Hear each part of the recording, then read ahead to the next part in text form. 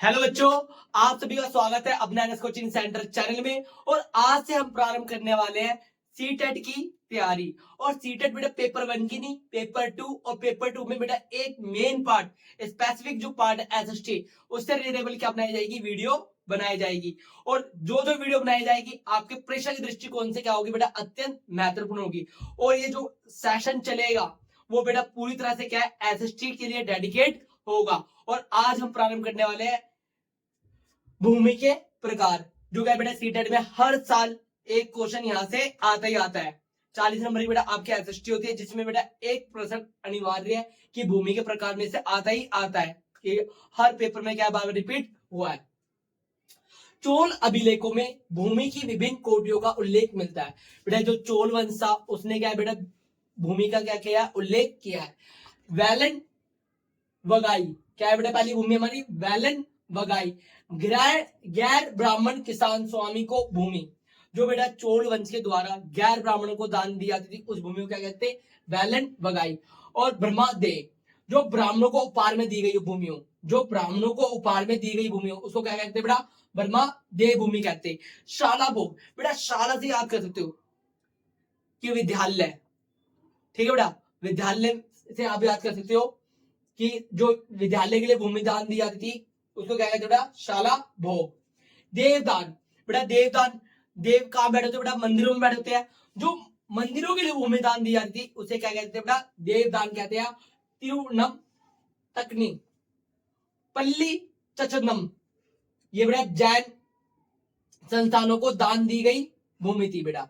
जैन संस्थानों को दी गई भूमि को क्या कहते थे, पल्ली चचनम, ठीक है। और देवदान भूमि क्या थी बेटा अपनी, जो मंदिरों को दान दी जाती थी। शाला भोग, किसी विद्यालय के रख रखाव के लिए दी गई भूमि को क्या कहते हैं, शाला भोग। बेटा यहां से एक जरूर आपका प्रश्न बन सकता है, तो अवश्य करें। चलिए नेक्स्ट टॉपिक पे चलते हैं।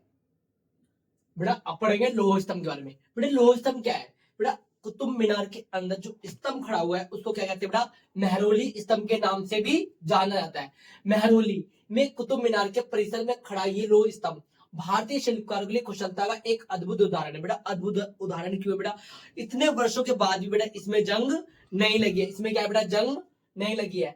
इसकी ऊंचाई 7.2 मीटर है। इसकी ऊंचाई कितनी है बेटा, 7.2 मीटर है। बेटा परीक्षा में क्या है बेटा, इसकी ऊंचाई पूछ लिया तो ऊंचाई कितनी है बेटा, 7.2 मीटर है। और बेटा वजन, इसका वजन कितना है लोह स्तंभ का बेटा, 3 टन से भी ज्यादा है। कितना है बेटा, 3 टन से भी ज्यादा है। इसका निर्माण लगभग 15 साल पहले हुआ था।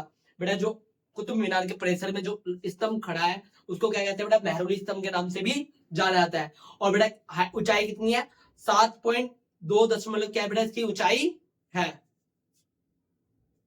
और इसके बनने के समय की जानकारी हमें इस पर खुद अभिलेख से मिलती है। इसमें बेटा एक शासक का क्या किया गया, वर्णन किया गया है।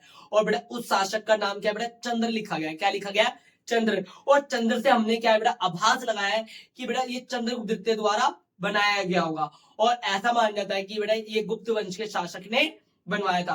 बेटा आज का टॉपिक आपको कैसा लगा कमेंट में करके बताएं। और ये जो टॉपिक है बेटा, जो दो मैंने आपको आज पढ़ाया बेटा, परीक्षा के दृष्टिकोण से क्या अत्यंत महत्वपूर्ण है। वीडियो को लाइक करें, शेयर करें और चैनल को सब्सक्राइब करना ना भूलें, एनएस कोचिंग सेंटर।